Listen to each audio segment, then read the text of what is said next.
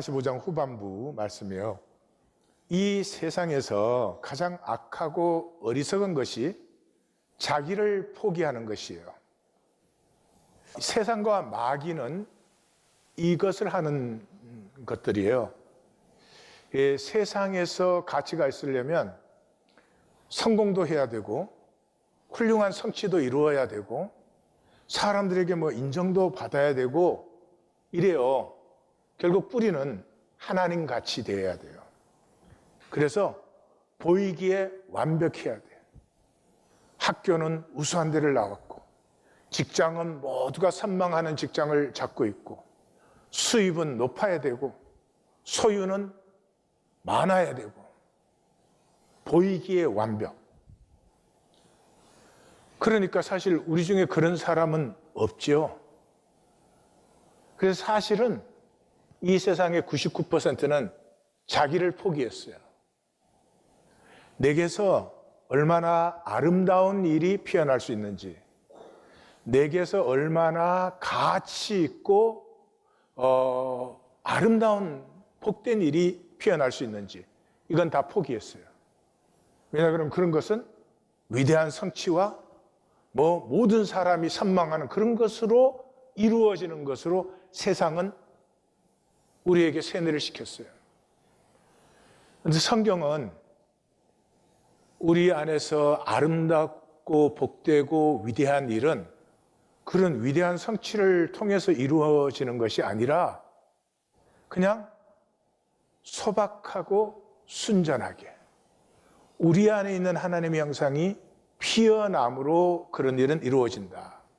쉽게 말하면 시골 어머니 같은 거예요. 시골 어머니가 그 자식을 위해서 드리는 희생은 그것이 진정으로 어떤 생명의 가치 있는 일을 이루는 것이지 그 어머니가 장관 국회의원 됐다고 되는 것은 꼭 아니에요. 이제 그런 모습이에요. 그래서 자기 포기를 한 삶은 무엇을 먹을까 마실까 입을까 밖에 없어요. 근데 먹을까 마실까 입을까에 일생을 던지는 사람은 없죠. 그러니까 마귀가 거기에다가 나는 너보다 더 비싼 거 입는다? 나는 너보다 더 비싼 거 가졌다? 나는 더 비싼 데서 먹는다? 이런 게 더. 예. 이 사람에게 보이기에 완벽한, 그래서 인정받고 정죄받지 않는 이 병의 치유는 어린아이 가치로만 치유될 수 있어요. 하나님의 형상은 순전할 때 피어나요. 내가 노력을 많이 하고 위대해지고 남보다 뛰어날 때가 아니고 순전할 때 내 안에 있는 하나님의 형상이 피어나기 시작해요. 그래서 하나님은 사실 우리가 잘 모르는 역사를 이렇게 인도하고 계시는 거예요. 땅의 삶은 그러므로 거짓이에요. 네? 보이기에 완벽해야 되니까 자기를 보일 수 없잖아요. 자기가 진정으로 원하는 말은 되게 평생 못 해봐요. 자기가 정말로 하고 싶은 것은 못 해요. 하고 싶지 않은 말, 해도 안전한 말, 했을 때 상대방에게서 좋은 반응과 인정이 나타나는 그런 말과 행동을 하지 내 진실을 표현해 볼 길이 없어요. 그러니까 내가 누군지도 모르죠. 그러니까 평생을 다해서 거짓으로 살았으니까 거짓으로 산 것은 내가 나를 버린 것이죠. 나를 살지 않은 것이죠. 그래서 인생은 생존 게임이 돼버렸어요. 게임에는 절대가 없어요. 궁극이 없어요. 그렇기 때문에 종교는 하나님 몰라요. 인간 조직 속에 들어와 있는 사람은 하나님을 만날 수가 없는 거예요. 그래서 생존 게임이라고 하는 말은 평생의 유지 관리예요. 필요한 것이고 좋은 것이에요. 그러나 기억은 하셔야 돼요. 유지 관리하는 것은 현상의 일이죠. 우리의 모든 필요, 우리 돈도 필요하고 관계도 필요하고 이 모든 필요는 육체가 있는 동안에 필요해요. 죽음 후에는 소유 필요 없어요. 관계할 수 없어요. 유지할 것도 없어요. 우리가 하는 이 유지 관리는 전부 우리 육체가 있을 동안의 것이다. 이 육체를 벗은 다음에 나는 누가 될 것인가? 그것은 진지하게 생각하시고 기도하셔야 될 문제예요. 이 생존 계임은 이 영원과 무한이 불분명하기 때문이에요. 영원과 무한을 느끼는 사람은 I am이에요. 영원한데 뭐, 무한한데 뭐, 그냥 나는 나면 되는 거예요. 왜 내가 잘나고 인정받고 성공하고 유한하기 때문에 육체에 있는 동안에 그걸 해야 되는 거니까. 그 어쩔 때는 미치는 거예요. 다시 말해서 인간관계가 삶의 전부예요. 교회당을 왔든 교회당 밖에 있든 인간관계가 전부예요. 왜냐 그러면 그 인정에 중독되어 있거든요. 그 예수님이 보이기가 전부인 너희의 인생 그랬죠. 그래서 이 인정에 중독되면은 자기의 가장 중요한 것과 자신을 버려요. 그 인정을 받으려고 자신의 진실을 속이고 자기 진실은 말도 못 해보고. 이 병에 말씀이 임하면 진실이 피어나요. 여기에 진실은 절대 진실이 아니에요. 예. 거짓이 거짓일 수 있는 진실이에요. 근데 하나님의 섭리는 참 신비하고 아름다워요. 하나님은 완전하셔서 진실이잖아요. 근데 우리의 진실은 내가 거짓인 것을 나 이렇게 거짓됩니다라고 고백한 진실이에요. 그게 이 세상에서 일어나는 데는 1820 데일리 브레드 순밖에 없어요. 다른 곳에서 그런가 하면은 좀 이상한 사람 취급받을 거예요. 조심하셔야 될 거예요. 할 수도 없겠지만, 하지도 않겠지만. 그래서 거짓을 거짓으로 인정하는 말은 좀 이상하지만 그것이 어린아이의 모습이에요. 어린아이는 굉장히 거짓되고 이기적이고 자기중심적이에요. 그런데 조작하지 않아요. 우리는 그걸 조작한다 이 말이죠. 그래서 어린아이는 조작하지 않기 때문에 구분이 없어요. 자기한테 가까이 오는 사람이 이 사람이 힘 있는가 돈 있는가 성공했는가 이러고 그냥 사람을 봐요. 그리고 어린아이는 누가 보든지 안 보든지 자기 자신이에요. 이 사랑의 이기성제는 그렇게 표현을 했습니다마는 이런 진실, 내가 거짓을 거짓으로 고백하고 인정할 수 있는 이 진실은 영원 무한이 실제로 느껴질 때만 할 수 있어요. 이 육체의 한계 속에 있는 사람은 절대로 이렇게 할 수가 없어요. 인간이 얼마나 약하고 거짓되고 위선적인 존재인지 그대로 살 수가 없어요. 그래서 복음서는 교회론의 시작을 너희가 돌이켜 어린아이들과 같이 되지 않으면 결단코 천국에 들어가지 못한다. 뭘 이루어야 되는 문제가 아니라 오히려 조작이 끝나야 돼요. 내가 조작한 나의 삶이 아름답지도 행복하지도 않다. 그것이 지금 우리의 모습, 우리 가정의 모습 그런 것이죠.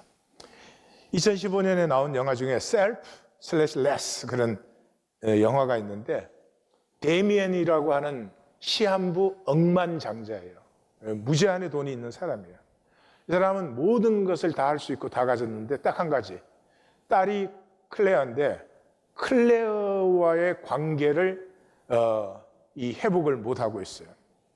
근데 이 사람이 이제 올브라이트 박사라고 하는 사람이 그 운영하는 연구소에서 쉐딩이라는 것을 받기를 결심해요. 이 쉐딩은 인조 육체에다가 내 육신은 죽어가니까 내 의식을 몽땅 옮기는 거예요. 내가 다시 사는데 다른 육체로 사는 거죠. 그래서 쉐딩을 하기 전에 딸하고 화해하고 싶어서 마지막으로 만나요. 만나서 또 싸워. 화해라는 걸 이렇게 뭐 결단 한번 했다고 되는 게 아니잖아요. 그래서 이제 데미안은 실제로 죽어요. 죽고 새 몸에, 젊은 몸에다가 쉐딩을 시켰어요. 완전히 새 아이디를 갖고 있는 거죠. 그런데 약을 먹어야 돼요. 왜냐 그러면 이 몸의 의식이 살아나기 때문에 이 몸의 의식을 억누르고 이 시간 자기 의식이 이렇게 살아나도록 일정 기간의 약을 먹어야 되는데 그 말은 몸의 의식이 있다는 거잖아요. 그러니까 인조 몸이 아니지. 그러니까 알고 보니까 다른 사람을 죽여서 거기에다가 심는 거예요. 그래서 이 데미안이 이제 젊은 사람이 돼가지고 신나게 사는데 어느 날 약 먹는 걸 잊어먹었어요.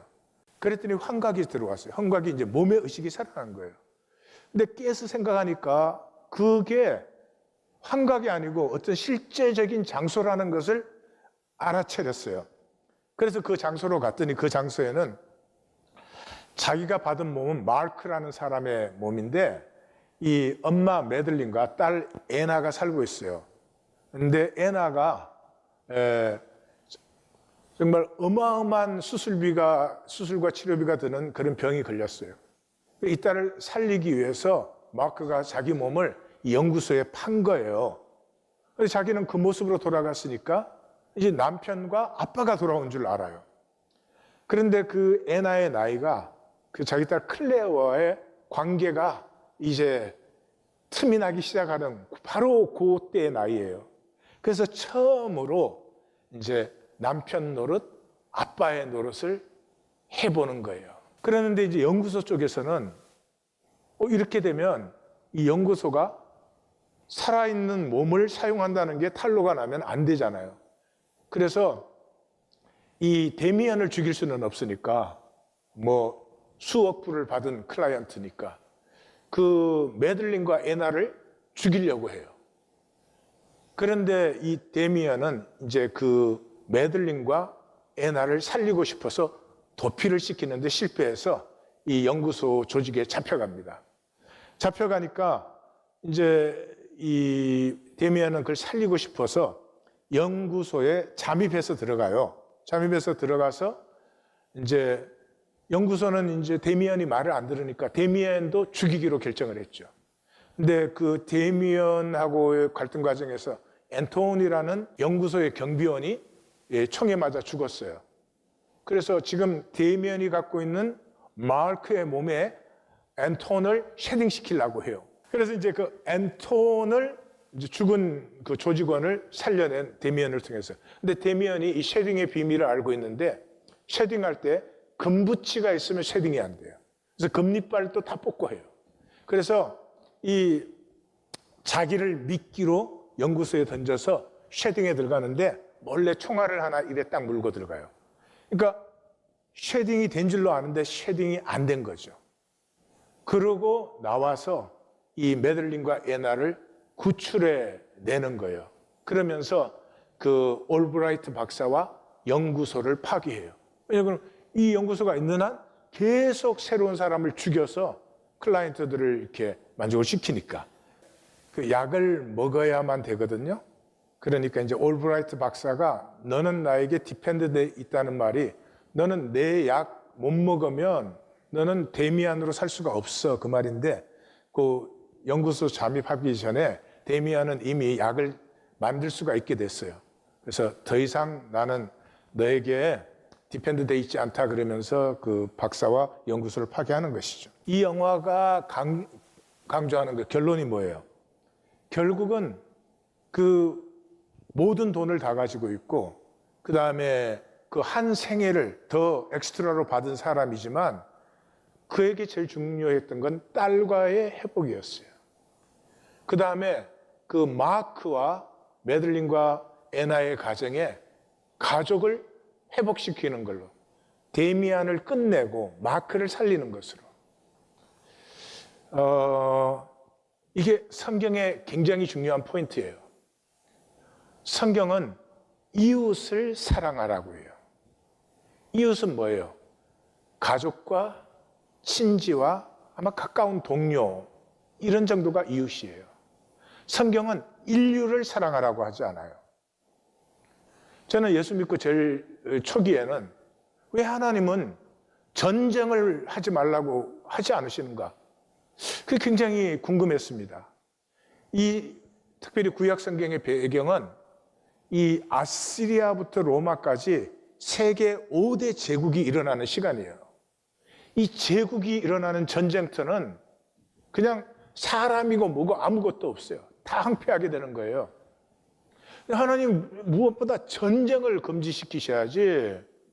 아니 뭐 전쟁은 놔두고 뭐 이웃이나 사랑해라 그러면은 아니 전쟁통에 무슨 이웃 사랑이 되겠어요 잘?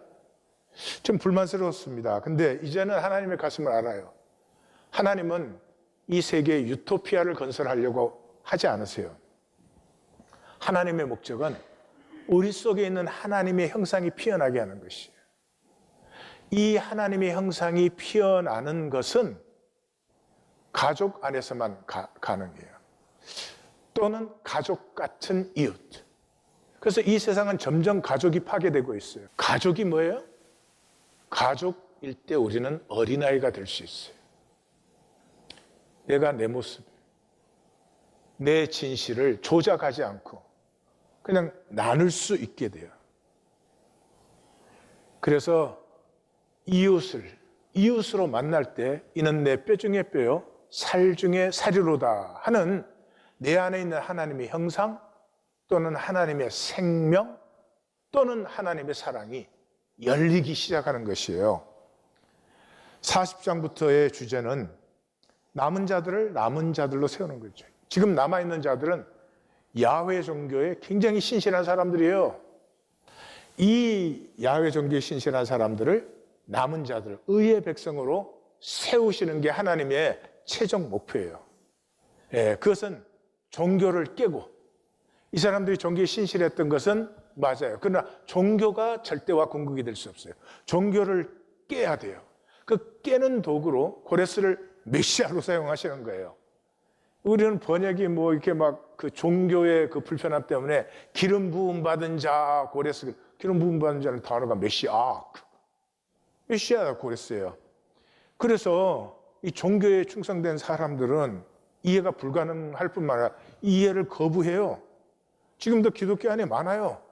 기독교인 아니어도 구원받을 수 있다 그러면은 기절초풍을 하는 사람들이 많다니까. 이순신 장군이나 김구 선생님 이런 사람이 구원받았다 그러면은 막 굉장히 불편해요.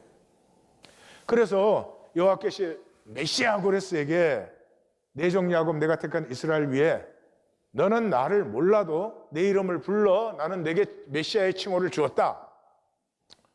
그랬더니 이스라엘이 화내고 화 있을진저 대들고 어떻게 이방인이 메시아가 됩니까? 묻고 그러면 장래 그럼 앞으로 어떻게 하실 겁니까? 여호와 안 믿어도 되는 겁니까? 그리고 너희가 어떻게 내게 명령하라고 드느냐? 얼마나 참 하나님이 안타까운 말씀이에요. 그래 하나님이 내가 공의로 그를 세웠고 그 내 성읍을 중건해서 내 백성을 값없이 가품없이 자유케 한다. 여기 이제 동전의 양면이에요. 한쪽으로는 종교를 깨면서 한쪽으로는 하나님의 영광이 종교를 통해서 나타나는 게 아니고 하나님의 의를 통해서 나타나는 것이다 하는 것을 양쪽 면을 강조하는 거예요. 그래서 오늘 본문은 한마디로 고레스를 통해서 자신의 주권과 목적, 자기 의를 나타내시고 그 하나님의 가슴을 받은 고레스가 누리는 영광, 이 양면을 보여주는 것이 오늘 본문이에요. 벌써 이 말씀 들으면 여러분들은 아브라함 생각이 나셔야 돼요. 내가 너로 큰 민족을 이루고 내게 복을 주어 내 이름을 창대하게 하리니 너는 복이 될 것이라. 이 고레스에게 그대로 이루어진 말씀이죠. 그래서 고레스는 종교를 깨는 하나님의 충격 요법의 도구로 하나님이 지금 남은 자들을 위해서 쓰시는 거예요. 어떤 성도님이 그런 질문을 하셨죠. 그럼 고레스가 왜 신약에는 안 나오냐? 아니요. 고레스는 그 중심에 진실이 있었어요. 세상이 이렇게 돼서는 안 된다. 이건 정말 사람이 살 수 없다. 그런 진실은 가지고 있었지만 여전히 제국의 정복자예요. 하나님은 의로운 제국을 정복하시는 분이 아니고 두세 사람이 내 이름으로 모인 곳에서 그곳에서 진실, 거짓을 거짓이라고 고백할 수 있는 내 신앙이 얼마나 가짜인지를 고백할 수 있는 고백할 때까지 자유하지 않아요. 그걸 알기 때문에 고백 안 하시잖아요. 고백하면 이제 헌신하기 시작해야 되거든요. 고백하면 이제 말씀대로 순종해야 되거든요. 근데 그 고백을 할 수 있는 이 세상의 유일한 장소가 1820 데일리 브레드 순이에요. 이 종교 의식보다 순의 나눔이 100배, 1000배가 중요해요. 그래서 그렇게 모였을 때 뭐예요? 어린아이 같은 우리의 세상 기제에 물들지 않은 순수한 모습이 회복되고 그때 우리 안에 있는 하나님의 형상이 피어날 수 있다. 이 종교의 절대화를 보세요. 우리는 이 이사야 선지자는 그 임마누엘을 선포하잖아요. 2번이나. 그때는 저도 이 임마누엘이 히스기야라고 하는 게 좀 망설여졌어요. 왜냐하면 우리는 교리적으로 세뇌가 돼서 임마누엘은 무조건 예수님. 근데 그러면 문제가 커지죠. 왜? 지금 이 사람들은 예수님보다 거의 800년 전에 이 말씀 듣고 있는데 이 사람들 이해할 수 없는 말이잖아요. 800년 후에 생기는 일이니까. 하나님 말씀 그렇지 않아요. 1장에서 39장의 내용이 뭐예요? 이스라엘이 멸망의 길로 가는데 기적적인 구원을 받는다.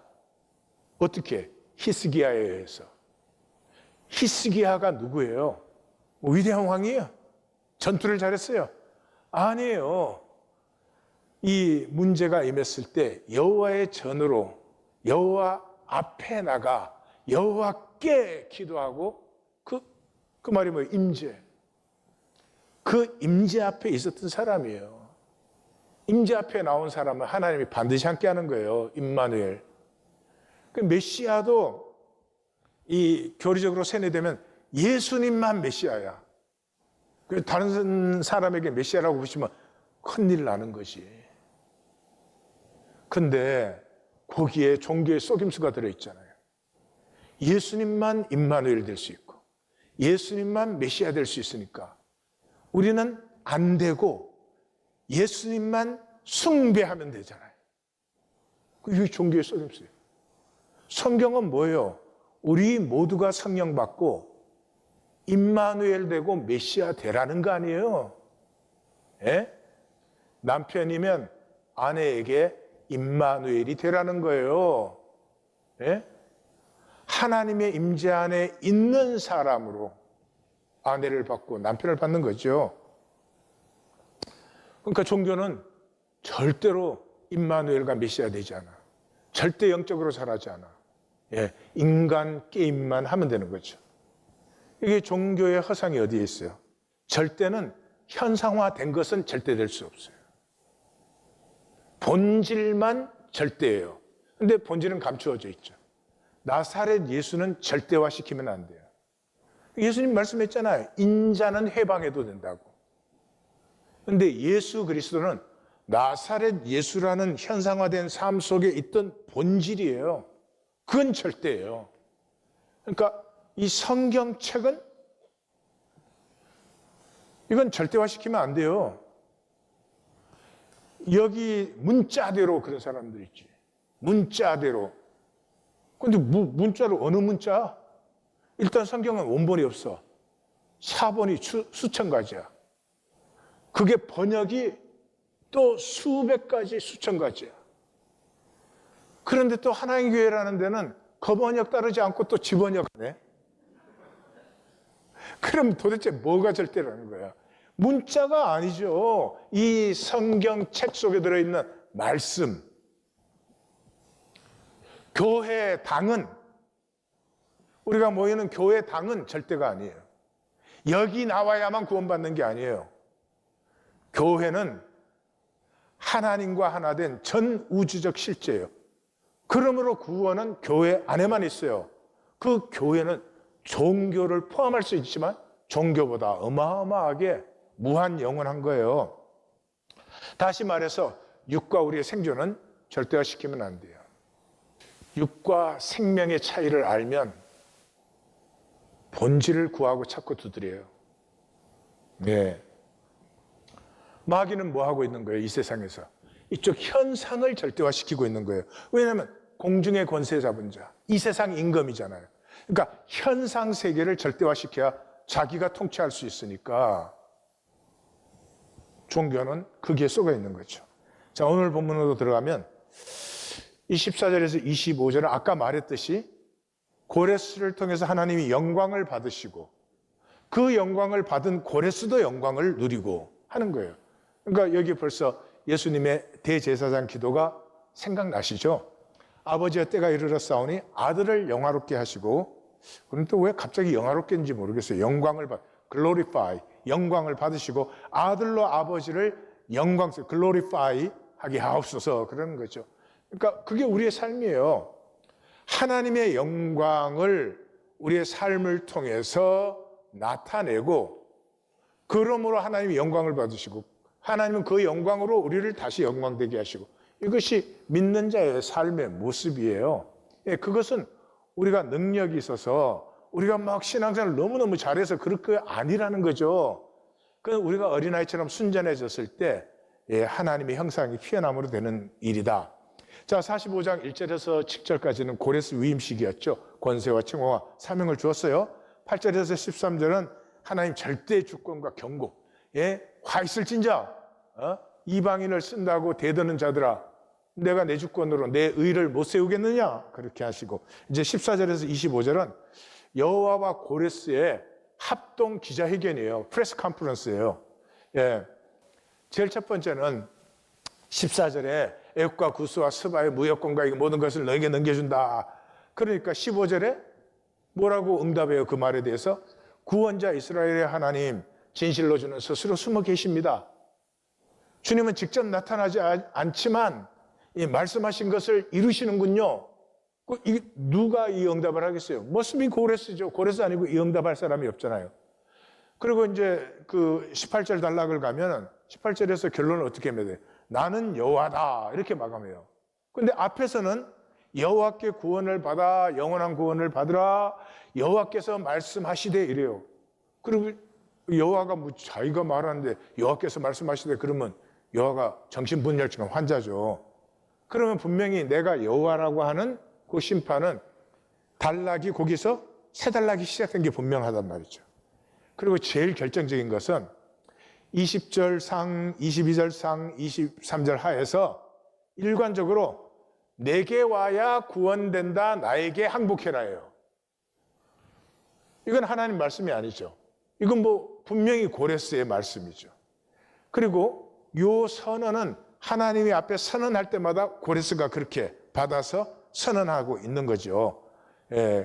그래서 이 말씀이 이 하나님과 고레스가 같이 주거니 받거니 하는 공동 기자회견이다. 우리로 말하면 뭐 그렇게 말할 수 있어요. 그리고 세 개의 단어가 반복되는데 이게 이제 고레스도 말하고 하나님도 말하니까 그냥 읽으면 굉장히 헷갈려요. 그래서 저는 이 위치를 잡았어요. 그랬더니 처음에 하나님이 선포하는 수치로 시작돼요. 그리고 그 중간을 흐르는 게 구원이에요. 구원은 이제 이 고레스가 시작했지만 하나님께서 강조를 해줘요. 그리고 마감은 주로 의로 해요. 하나님이 의에 대해서 말씀하시고 고레스가 의를 받고 다시 하나님이 의를 빵빵 강조해요. 그리고 제일 마지막 결론이 뭐예요? 저 네모 부분이. 그것을 들은 모든 사람이 고레스를 대적하면 수치를 받고 하나님의 말씀을 받으면 의롭다함을 받는다. 지금 남은 자들이 하나님 말씀 안 받잖아요. 어떻게 이방인이 메시아가 되느냐 그러잖아요. 그런 결론을 딱 내는 거죠. 그러면 이제 흐름이 잡혔죠. 결론이 뭐예요?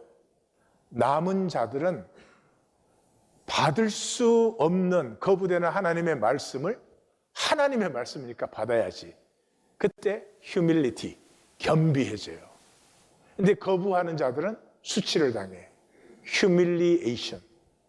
여기도 하나님의 말씀을 받는 사람이 있고 안 받는 사람이 있죠. 겸비해지느냐, 수치를 당하느냐, 것이 나누어져요. 지금 역사적인 정황은 제국이 바뀌는 전란, 혼란 시대예요. 이 구약의 대부분의 배경이 5대 제국이 일어서고 무너지고 하는 거예요. 바벨론 일어섰죠. 70년 만에 무너져 버리는 거예요. 그러니까 이때는 누구 편이느냐가 사느냐 죽느냐 하는 문제예요. 되게 이럴 때는 보수적이 돼요. 그래서 지금 바벨론 성은 든든하게 서 있잖아요.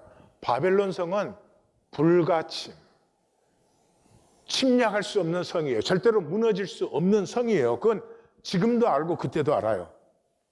페르시아는 조금 이기는데 신흥 세력으로 일어나고 있어요. 거기에다 나보니두스가 이제 고레스가 일어나니까 모든 신상과 모든 금은 부화를 다 바벨론 성으로 갖고 들어오라고 했어요. 왜? 바벨론 성 안은 안전하니까. 그러니까 그 바벨론 성에 들어와 있던 모든 종교의 예언자들은, 사제들은 다 바벨론의 승리를 예언했어요. 근데 놀랍게도 그때도 이제 신탁은 델피 신탁이 최고의 권위를 갖고 있는데 델피 신탁도 바벨론과 리디아의 승리를 예언했어요. 근데 나중에 고레스가 이기고 나서 그걸 수정했어요. 수정한 기록이 지금도 남아 있어요. 그런데 세상에 하나님의 역사를 좀 보세요. 바벨론 제국이 서고 나서 그 너부갓네살 왕조가 후임 없이 끝나요. 후손이 없이 끝나요. 그래서 그 다음에 왕이 된 사람이 나보니두스예요. 나보니두스는 하란, 아람 왕조 출신이에요. 그러니까 새로운 왕조가 들어있었죠. 근데 이 나보니두스는 이 바벨론의 마르둑 신을 섬기지 않고 자기 엄마가 섬기던 달신을 섬겼어요. 그래가지고 이 달신을 섬기는 게 달신에게 심취해가지고 아라비아 사막에 10년간 들어갔어요. 참 신기한 사람이죠. 그리고 그 정치는 아들인 벨사살에게 이렇게 섭정을 시켰어요. 성경에 나오죠. 벨사살이 망하는 장면이. 그러니까 이제 마르둑 사제들이 바벨론의 실세 계급인데 마르둑을 안 섬기니까 불만이 가득했죠. 그리고 이 바벨론 사람들에게 제일 중요한 게 아키투라는 신년 축제예요. 이 신년 축제를 통해서 1년을 신이 축복한다고 믿었는데 왕이 없으니까 왕이 주관해야 되는 거니까 10년을 신년 축제를 못했어요. 그래서 백성들의 불만이 이렇게 찼어요. 그걸 알아채고 나보니두스가 아라비아에서 돌아와요. 그때는 이미 늦었어요. 그래서 이 마르둑 사제들과 백성들이 고레스가 성문 앞에 왔다 그러니까 성문 열고 환영을 했어요. 그 바벨론 성이 무슨 그 청동기로 만든 어마어마한 문이 100개라는 거예요. 그 100개의 문을 다 열고 고레스를 환영했어요. 누가 알았겠어요? 짐작도 못하는 일이 일어난 거예요. 말씀. 자, 본문 들어가요. 14절. 애굽 스바의 이 소득과 무역권을 그리고 선원들을 다 너에게 속하게 하고 너를 따르고 너에게 굴복하게 한다. 과연 하나님이 너와 함께 하시는구나. 다른 신은 없다. NOG가 노 아들 가시요. 그래서 그렇게 한다. 그래서 실제로 이 지중해 무역권을 그리스 페니키아 함대를 사용해서 애굽이 장악하고 있었는데 그것이 이 고레스에게 넘어와요. 그리고 아들 캄비세스 때 애굽을 완전히 정복해요. 그리고 다리우스 때에는 나일강과 홍해에 운하를 뚫어요. 그래서 15절에 이제 그 고레스가 봤는데 말씀으로 창조 통치를 위임하신 이스라엘 하나님, 그 말은 어떻게 되어 있어요? 구원자 이스라엘의 하나님이여 진실로 주는 스스로 숨어 계십니다. 그 말은 하나님은 형상이 없잖아요. 나타내지 않지만 말씀으로, 그리고 그 통치를 사람에게 말씀을 위임해서 이 모든 것을 이루고 계십니다. 그렇게 고백하는 거예요. 선지자들이 이걸 지금 전달하는 이유는 뭐예요? 남은 자들 말씀 받으라. 제발 좀 말씀 받으라 하는 거죠. 우상 만드는 자는 영원히 수치를 당하지만 이스라엘은 영원한 구원을 받아야 되지 않느냐? 하늘과 땅을 창조하고 견고하게 하고 혼돈치 않게 하고 나는 사람을 거주하게 하는 하나님이다. 그 말이죠. 이 우리한테 사람이 거주한다는 말이 너무 당연한 거 아니에요? 그러나 그 당시 예루살렘은 거주가 불가능했어요. 성전 파괴됐죠. 성벽은 다 무너졌죠. 그리고 예루살렘은 돌산이에요. 그러니까 농지가 아주 적어요. 그래서 유대인들은 예루살렘 밖에 유대인 집단 거주지에서 살고 있었어요.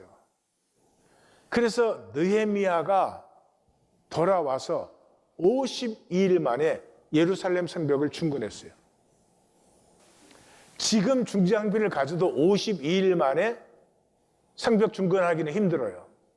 근데 그 시대에 52일 만에 성벽을 중건했어요. 이 사람은 페르시아 왕에게 12년 휴가를 받아서 와서 이 일을 했어요. 그리고 마치고 돌아갔는데 예루살렘이 이게 다시 종교로 돌아가는 바람에 왕의 허가를 받고 다시 예루살렘으로 돌아와요. 그러니까 이 사람은 왕의 2인자인데 실제로는 왕보다 더 높은 자리에서 자기 마음대로 하는 사람이었어요. 왜요? 그만큼 능력이 있었으니까. 탁월한 지도자였어요. 하나님의 말씀의 복이 이제 그동안 종교 때 없었던 것이 임해지기 시작해요. 왜냐 그러면 포로로 잡혀왔으니까 성전 없죠. 아직 회당, 10사람이 모여야 회당이 돼. 회당제도 아직 정착 안 됐죠. 그러니까 이웃끼리 모이는 거예요. 두세 가정이 모여서 말씀을 나누는 거예요. 이것이 그 수많은 민족들이 잡혀왔지만 유대인 포로들만 자기들의 정체성을 지키고 말씀을 나누니까 다른 데서 잡혀온 포로들보다 훨씬 더 도덕적, 윤리적으로 우수한 것은 물론이고 서로가 아끼고 사랑하고 하나가 되고 그래서 그때부터 유대인이라고 불린 거예요. 거기에 수백 민족이 잡혀왔지만 그 민족의 정통성과 정체성과 이름이 유지된 건 유대인뿐이에요. 그래서 여호야긴 왕도 거기 온 왕들은 다 지하 감옥에 있었어요. 그러다 죽었어요. 여호야긴만 석방돼가지고 하늘같이. 바벨론은 시드기야는 왕위로 취급하지도 않고 기록에도 보면 시드기야는 안 나와요. 요시야의 셋째 아들이거든요. 그럼 당연히 여호야긴 전에 왕이 됐어야 되죠. 형 둘 이어서. 근데 왕이 안 된 거 보면은 조금 사람이 그랬나 봐. 그 왕 되어서도 그냥 이쪽에 붙었다 저쪽에 붙었다 이 말 들었다 저 말 들었다. 그런데 나중에 도망가다가 잡혀와가지고 자기 눈앞에서 이 눈이 마지막으로 본 것은 자기 아들들이 죽는 거예요. 그거 본 다음에 두 눈이 뽑혔어요. 그때는 말 안 듣는 제국의 봉신들은 좀 눈을 뽑는 게 일반적 관리였어요. 그러면 여호야긴은 유대 왕으로 인정을 받았기 때문에 페르시아 왕족과 똑같은 대접을 죽을 때까지 받았다. 성경에도 나오고 기록에도 나와요. 그러니까 이 두세 사람이 말씀을 나누는, 하나님이 그렇게 말을 해도 그거 안 듣고 종교 성전 세워가지고 그러더니 거기에서부터 정말 걸출한 인물들이 나옵니다. 다니엘. 여러분, 다니엘은 다음 제국까지 섬기는 정말 탁월한 인물이에요. 뭐 스룹바벨, 학계, 에스라, 그 다음에 스가랴, 에스더, 느헤미야, 모르드게, 이게 지금 그 포로로 잡혀온 포로 공동체 1세, 2세 때 다 일어난 인물들이에요. 포로가 뭐 있었어요? 돈이 있었어요? 집이 있었어요? 먹을 게 있었어요? 입을 게 있었어요? 하나님의 말씀이 나누어질 때 우리 안에 있는 하나님의 형상이 피어날 때 얼마나 신비하고 위대하고 아름다운 역사가 일어나는가. 아, 말씀을 만나면 차원이 바뀌는 거예요. 현상을 살던 사람이 이 현상의 권원이 되는 본질계를 알고 누리기 시작해요. 본질계를 아는데 뭐 욕심을 부려요. 뭐 사람하고 경쟁을 해요. 무슨 사람에게 보이기를 합니까? 본질을 만나면 자기일 수 있어요. 무슨 자기? 하나님이 창조한 자신. 이게 하나님의 역사예요. 위대한 사람 만드는 거 아니에요. 그래서 이 포럭이나 사도 공동체에는 폴리캅, 저스틴, 이레니우스, 여기도 위대한 인물들이 나옵니다. 근데 이 인물들의 특징은 세상이 생각하는 그런 위대한 자들이 아니에요. 막 어마어마한 일을 이뤄내고 막 높은 지위를 차지하고. 근데 이 사람들은 한 사람 한 사람 자기 자리에서 하나님께서 이루신 자기 역사를 다 세운 사람들이에요. 자기는 별것 아니었지만 하나님을 통해서 역사를 세운 사람들이 된 거예요. 이것이 어린아이와 같이 순전한 사람에게서 피어나는 생명 역사예요. 근데 인간은 뭐 하려는 거예요? 자꾸 제국 세우겠다는 게 제국. 아니, 바벨론이 끝나면 유다 제국이 서야지 왜 이방인이 또 제국의 왕이 되느냐? 지금 또 종교는 이거 하고 있죠. 예?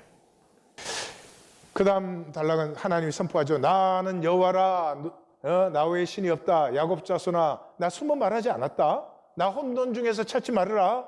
나는 여호와다. 내 의를 분명히 밝혔다. 그 말은 뭐예요? 지금 나보니두스 때문에 이 바벨론 성에는 온갖 종교가 다 들어와가지고 온갖 점, 주술, 온갖 게 난리를 치고 있는데, 그런데 정신 헷갈리지 말고 내 말 들어. 고레스를 좀 봐. 어? 내 말을 받은 고레스를 좀 봐라. 그 말이죠. 그러니까 이제 고레스가 답하죠. 모든 남은 자들은 내게 모이라. 함께 가까이 나오라. 모든 남은 자니까 종교, 민족 이거 아무 상관없어요. 인종에 상관없어요. 하여튼 포로로 잡혀서 남아있는 자들이라면 지금 누구든지 하나님께 나올 수 있는, 아마 그 포로 공동체에는 이미 개종자들이 좀 있었겠죠. 다시 말해서 나와 연대하면 산다. 여호와 하나님의 말씀을 받은 건 나다. 그 말이죠. 그러니까 하나님이 우상을 들고 바벨론에 온 자들아, 구원하지 못하는 신에게 기도하지 말고 함께 의논해 보아라. 이거 나보니두스 얘기하는 거예요. 이 우상 금은 신상 다 짊어매고 바벨론 성에 들어왔잖아요. 근데 너네들이 옮겨놔서 넘어지면 새로 세워야 되는 그 신상이 너희를 구원할 수 있느냐? 너네끼리 좀 한번 얘기 좀 해봐라. 이 일을 듣게 한 자 알게 한 자가 누구냐? 나 여호와, 다른 신은 없다. 나는 공의를 행한다. 나는 종교 상관없어. 내가 택한 종교라도 의가 없으면 버리는 것이고, 내가 택하지 않은 종교에도 의가 있으면 나는 사용하는 것이고, 의를 행하고 구원을 베푸는 하나님이다. 다른 신은 없다. 그래서 고레스를 통해서 해방과 자유, 말씀이 성취되고 있는 거 보이지? 그리고 또 고레스가 온 세계여 내게로 돌이켜 구원을 받으라. 내가 여호와 하나님의 말씀을 받고 있지 않느냐? 나에게 항복해서 나에게 구원을 받으라. 그래서 고레스와 연대하면은 살로데리티. 첫째, 나라와 땅의 주권이 회복되고 재건되잖아요. 압제와 학정과 도적대와 유목민에게서 보호받죠? 제국의 부여와 안정과 그 교통에 참여할 수 있어요. 근데 그 많은 포로와 민족들이 잡혀왔는데 그 안에서 이것을 정말로 누린 사람들은 유대인밖에 없어요. 민족의 이름을 가진 사람도 받은 사람도 유대인밖에 없어요. 그게 언제 그렇게 됐어요? 포로 1세들이, 성전을 빼앗긴 사람들이 두세 가정이 모여서 말씀 나누고 기도할 때, 바랄 것도 잡을 것도 없을 때 오직 하나님을 바라는 어린아이 같은 심령이 됐을 때, 그 심령을 통해서 생명이 피어난 것이죠. 생명이 조작해서 만든 게 아니고, 남 짓밟아가면서 남의 것 뺏어가면서 그런 것이 아니고, 그래서 나는 하나님, 다른 신은, 저는 이거 읽으면서 가슴이 아파요. 하나님이 다른 신은 없다는 말을 몇 번을 도대체 하셔야 되는 거예요. 우리 하나님 믿어요? 예? 우리 대부분 하나님 아니고 딴 거 믿잖아요. 하나님 그냥 부르는 말이고, 진짜로 믿는 건 솔직히 말해봐요. 돈이잖아요. 예? 나를 두고 맹세하기를 내 입이 공의의 말을 선포했으니 돌아오지 않는다. 그 말 성취된다. 그래서 고레스를 통한 내 말은 성취되고 이스라엘은 중건된다. 그러니까 고레스가 모든 무릎은 내게 꿇고 모든 혀는 내게 항복하고 맹세하라. 여호와의 공의와 힘이 내게 위임되었다. 여호와의 의를 세우는 내게 항복하고 내게 연대하여라. 그랬더니 그 모든 남은 자들이 들은 자들이 고레스를 대적하는 자는 수치를 당하고 이스라엘 자손은 다 여호와로 말미암아 의롭다함을 받고 자랑하리라. 그러니까 뭐예요? 이 말씀은 오히려 이 이스라엘의 남은 자들보다 다른 종교의 남은 자들, 다른 민족의 남은 자들에게 이 말씀은 하나님의 가슴이 더 있는 것처럼 보여요. 이스라엘 자손은 의롭다함과 구원을 받으니 너희들 다 유대인들이 믿는 하나님께로 돌아와라 하는 거죠. 도대체 의가 무엇이냐?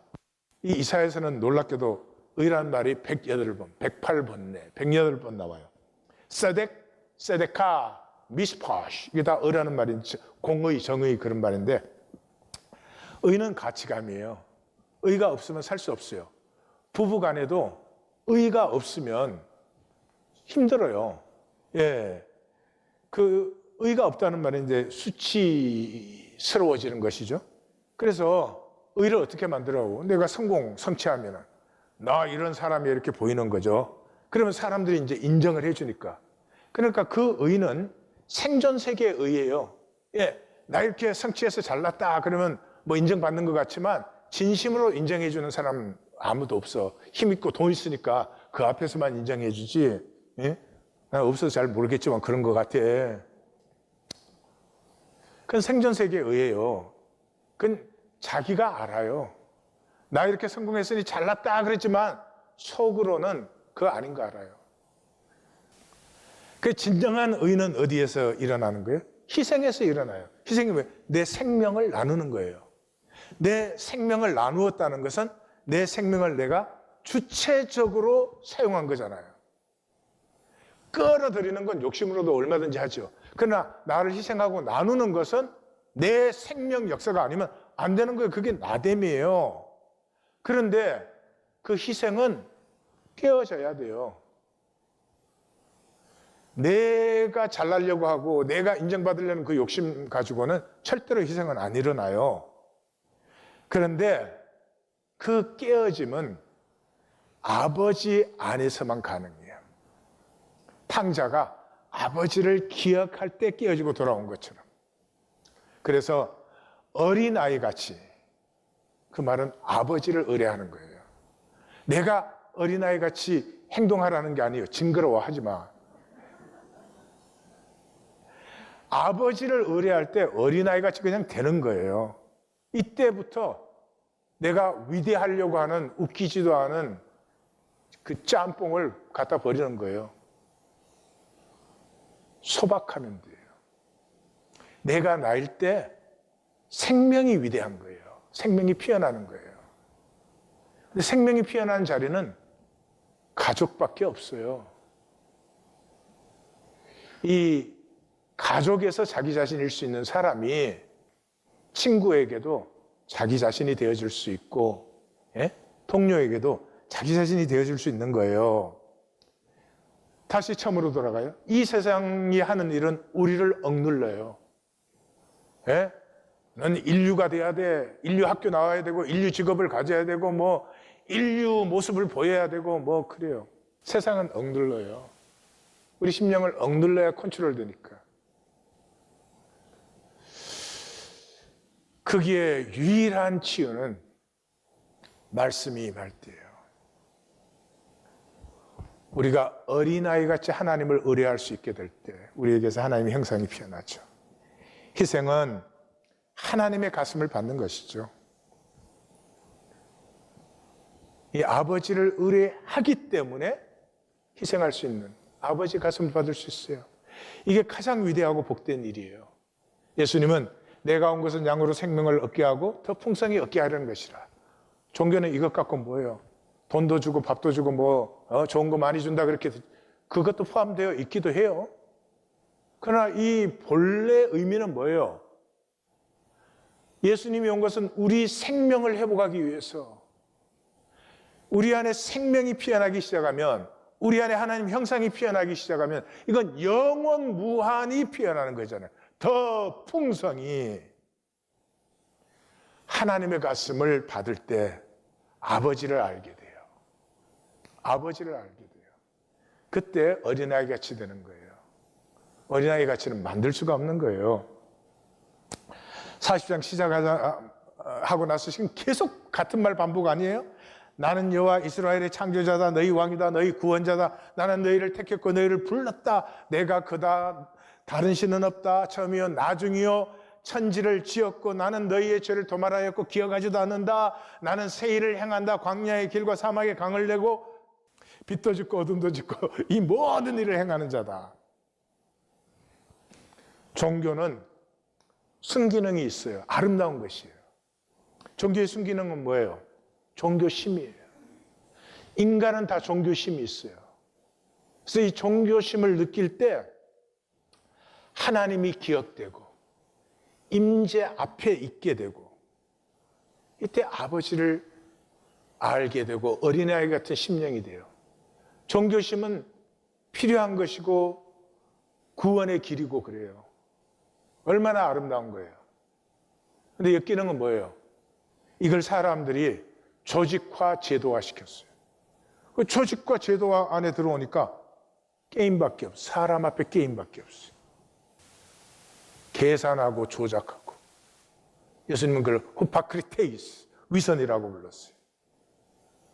하나님의 모든 복, 모든 약속, 모든 역사를 다 폐해버려요. 그런데도 우리는 조작하기를 더 좋아한다. 그것은 아셔야 돼요. 하나님을 알면 더 사랑하고 싶어져요. 연애할 때 그러잖아요. 서로를 더 알고 싶잖아요. 더 깊이 느끼고 싶지 않아요. 하나님을 아는 사람의 특징은 더 사랑하고 더 알고 싶어져요. 종교인에게는 일절 없는 것이에요. 하나님과 관계도 계산과 조작뿐이에요. 어떻게 해서 하나님의 복음 받았으면 좋겠어. 근데 내 손해는 안 봤으면 좋겠어. 그러니 그런 관계에 무슨 은혜가 있겠으며 무슨 기쁨이 있겠으며 무슨 능력이 있겠습니까? 오늘 이 말씀 후에도 종교 생활을 계속한다면 그것은 자기 죄를 자기가 먹는 것이고 자기 저주를 자기가 사는 것입니다. 이 말씀이 우리를 새롭게 하기를 축원합니다.